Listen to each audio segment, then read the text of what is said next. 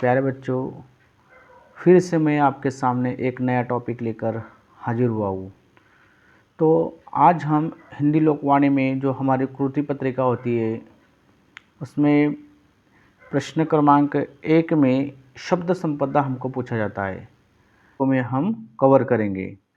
जैसे कि पहला है विरुद्धार्थी यानी विलोम शब्द, दूसरा टॉपिक रहेगा हमारा समानार्थी शब्द, तीसरा अनेक शब्दों के लिए एक शब्द और चौथा वचन।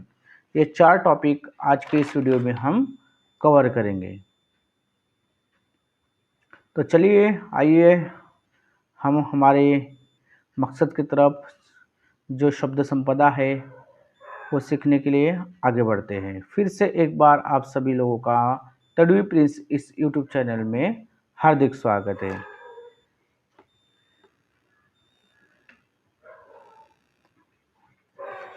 तो सबसे पहले विरुद्धार्थी शब्द।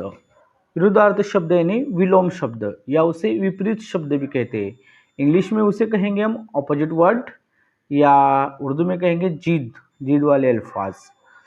तो इसकी थोड़ी परिभाषा देख लेते हैं बच्चों हम कि समानार्थी शब्द के उल्टे शब्द को विरुद्धार्थी, विलोम अथवा विपरीत शब्द कहते हैं। निम्नलिखित शब्दों के विरुद्धार्थी विलोम शब्द लिखिए, यानी ये शब्द हमको भी लिखना है। तो देखो सबसे पहले हमारे पास शब्द है सच्चा। सच्चा का विरुद्धार्थी या विलोम शब्द आएगा झूठा। उसके बाद में फूल, फूल का आएगा फल। राजा का रंक, हार का जीत। उचित का अनुचित, जीवन का मरण। कठिन का सरल, माटी का सोना। पराया अपना, खारा का मीठा, ज़्यादा का कम, अंत का आरंभ, दोस्त का दुश्मन। स्वामी का सेवक, महंगा सस्ता, पढ़ने का लिखना। गुरु, गुरु के विरुद्ध आएगा शिष्य। मिलना, मिलने का विरुद्ध आएगा बिछड़ना। सुगंध, सुगंध का आएगा विरुद्ध दुर्गंध।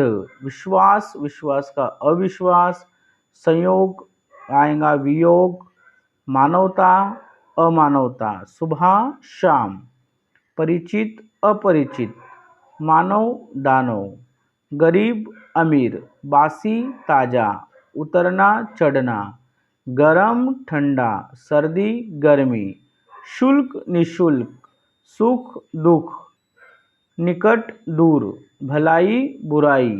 बासी ताजा। पुरानी नई। उजड़ना बसना। सुंदर क्रूप। बच्चा बड़ा। बंद खुला। पक्का कच्चा। विद्वान अज्ञानी। उगता डूबता। लाभ हानि। स्वतंत्र परतंत्र। कायर बहादुर। प्रश्न उत्तर। रिहाई कैद। तो इस तरह से ये जो हमारे विलोम शब्द थे, विपरीत शब्द थे, ये टेक्स्ट बुक से लिए गए हैं बच्चों, और ये बहुत ही इम्पोर्टेंट शब्द है। बस आप लोगों ने इतनी भी अच्छे से इनकी तैयारी की तो हो सकता है ये शब्द आ सकते हैं एग्ज़ाम में, क्योंकि हर टॉपिक से लिए गए शब्द है ये। अगला हमारा टॉपिक है ये है समानार्थी या पर्यायवाची शब्द, जिसे हम आम ज़बान में अल्फाज मानी भी कहेंगे, यानी एक ही शब्द को दूसरे नाम से पुकारना, यानी अल्फाज मानी। तो चलिए अभी हम हमारा दूसरा टॉपिक शुरू करते हैं बच्चों। तो एक ही शब्द के लिए आने वाले शब्द पर्यायवाची शब्दों को समानार्थी शब्द या पर्यायवाची शब्द कहते हैं। देखिए पर्यायवाची शब्द नदी, नदी को सरिता भी कहते हैं। दिल, दिल को हृदय या हृदय कहते हैं। समय यानी काल।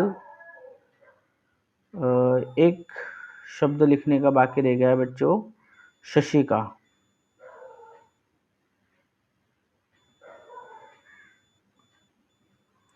समय यानी काल, शशि। मेघ, मेघ यानी बादल। क्रोध यानी रोष। पथ यानी मार्ग। हवा यानी वायु। धरती यानी पृथ्वी। अंदर भीतर। दाम मूल्य। पगार वेतन। संसार का जग, माथा यानी मस्तक, वर्षा यानी बारिश, आकाश यानी गगन, आँख यानी नयन, पुस्तक मतलब किताब, कपड़े यानी वस्त्र, मुश्किल यानी कठिन, जंगल यानी वन, खाना यानी भोजन, नीर यानी जल, दिन यानी दिवस, बंदर यानी वानर, निवास यानी आवास, किसान यानी कृषक। देखो किसान डबल शब्द आया हुआ है, फिर मैंने दूसरे शब्द के लिए और एक शब्द दिया हुआ है यहाँ पे किसान। किसान को अन्नदाता भी कहा जाता है। पेड़ यानी वृक्ष, जोश यानी उत्साह, शहर यानी नगर, आज़ाद यानी स्वतंत्र, बाघ यानी उपवन, राजा यानी नरेश, रात यानी रजनी, मित्र यानी सखा। तो ये थे बच्चों हमारे पूरे लोकवाणी हिंदी की टेक्स्ट बुक से लिए गए कुछ मखसूस कुछ खास अल्फाज जो एग्ज़ाम में इनकी आने की संभावना है, ये आपको एग्ज़ाम में आ सकते हैं। तो इस वीडियो को गौर से अच्छी तरह से एक बार सुनिए और थोड़ी प्रैक्टिस कीजिए। अब अगले टॉपिक की तरफ बढ़ते हैं हम। हमारा अगला टॉपिक है जिसका नाम है अनेक शब्दों के लिए एक शब्द। अनेक शब्दों के लिए एक शब्द यानी पूरा वाक्य ना बोलते हुए उनको एक ही शब्द में समझाना, उसे कहेंगे अनेक शब्दों के लिए एक शब्द। हम जिस देखो पहला है हमारा, हम जिस ग्रह पर रहते हैं वह स्थान है पृथ्वी। यानी इतना बड़ा वाक्य ना बोलते हुए हम इसको सिर्फ एक ही शब्द बोल रहे हैं, तो उसी को कहते हैं अनेक शब्दों के लिए एक शब्द। दूसरा है किसी प्रदेश का बड़ा नगर, उसे कहते हैं महानगर। जिसने संसार का त्याग कर दिया हो उसे कहते हैं संसार त्यागी या सन्यासी भी कह सकते हैं, मगर हमारे टेक्स्ट बुक में संसार त्यागी ही दिया गया है इसका उत्तर। जो कभी न मरने वाला हो उसे अमर कहते हैं। साथ में सफ़र करने वाला सहयात्री, साथ रहने वाला सहवासी, जिसका अंत न हो अनंत, जो पूर्वजों से प्राप्त हो पैतृक, जो अनेक रूप धारण कर लेता हो बहरूपिया। बहरूपी जो अनेक रूप धारण कर लेता हो वो बहरूपी या उसे बहरूपिया कहेंगे। जो योग्य न हो अयोग्य, न हो सकने वाला असंभव, कुल का नाम बढ़ाने वाला पुत्र उसे कुलदीप कहते हैं। तो देखिए ये थे हमने जो शब्द पढ़े थे अनेक शब्दों के लिए एक शब्द। अभी चलो अगले टॉपिक की तरफ हम बढ़ते हैं। नेक्स्ट टॉपिक, अगला टॉपिक हमारा है वचन। वचन मीन्स वाहिद जमा। इसमें क्या रहते हैं वाहिद और जमा। एक चीज़ रही तो वो अनेक एक वचन होती है और एक से ज़्यादा चीज़ें रही तो वो बहुवचन होती है। चलो इसकी परिभाषा देख लेते हैं हम। संज्ञा के जिस रूप से संख्या का बोध होता है उसे वचन कहते हैं। तो देखो सबसे पहले यहाँ पे शब्द है नदी। नदी का बहुवचन बनेगा नदियाँ। महीना, इसका बहुवचन बनेगा महीने। बात का बातें, पराठा पराठे, घड़ी घड़िया, इलाका इलाके, नाला नाले, दीवार दीवारें, कथा कथाएँ, उंगली उंगलियाँ, बक्सा बक्से, बस बसे, तितली तितलियाँ, कहानी कहानियाँ, लड़का लड़के, कॉपी कॉपियाँ, पुराना पुराने, रेलगाड़ी रेलगाड़ियाँ, गोली गोलियाँ, नज़र नज़रें, झूला झूले, गमला गमले, झगड़ा झगड़े, रत रते। तो ये थे बच्चों हमारे वचन। इन्हें एक वचन से हमने क्या किए बहुवचन किए। इसके कुछ नियम भी होते हैं। इनके नियम याद रखिए बेटा। हमेशा देखिए किसी शब्द में अ या आ शब्द के आखिर में आता है तो वो हमेशा ए में तब्दील हो जाता है। जैसे से उदाहरण के तौर पे देखो महीना ना, इसमें आ का उच्चारण हो रहा है तो ये में तब्दील हो जाता है बहुवचन बनाते वक्त, जैसा महीने। दूसरा है देखो इसमें शब्द पराठा, पराठा का पराठे। अब इस शब्द में बात में अ का उच्चारण हो रहा है, अ बात यानी त अ स्वर के साथ मिला हुआ है तो ये ए में तब्दील हो जाता है बातें। और जिस शब्द के आखिर में इकारांत यानी ई का उच्चारण होता है, बड़ी ई का उच्चारण हो जाता है, तो याद रखना बड़ी ई क्या हो जाती है, हमेशा बहुवचन बनाते समय छोटी ई हो जाती है और आखिरी में या और चंद्र बिंदी का उपयोग होता है। जिस तरह से नदी, नदी में ई आ रही है तो दी की जो विलांटी है वो पहली हो जाएंगी और या लग जाएगा नदिया। अब दूसरा शब्द देखते हैं हम, घड़ी। अब देखो घड़ी में भी ई का उच्चारण हो रहा है आखिरी पे, बड़ी ई का, तो इधर क्या हो गया, बहुवचन बनाते वक्त छोटी ई हो गई और या लग गया। यहाँ पे भी चंद्रबिंदी लगाना चाहिए, बाय मिस्टेक यहाँ पे नहीं लगा पाया मैं, तो घड़ी का घड़िया। इस तरह से ये छोटे नियम और ट्रिक याद रखो। नाला, आ का उच्चारण हो रहा है, फिर ये ए में तब्दील हो गया नाले। इस तरह से इन शब्दों को देखो, अच्छी तरह से इनकी प्रैक्टिस करो।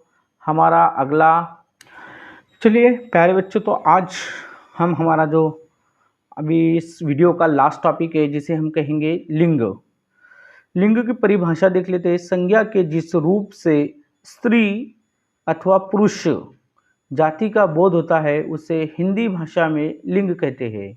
लिंग के भेद, लिंग के भेद हमको कक्षा 10वीं के लिए यहाँ पर 2 ही दिए गए और एग्जाम में भी हमको, परीक्षा में भी हमको 2 ही आएंगे, जिससे हम पहला कहते हैं पुल्लिंग और दूसरा जो कहते हैं स्त्रीलिंग। इसकी परिभाषा हमने भी देख ली।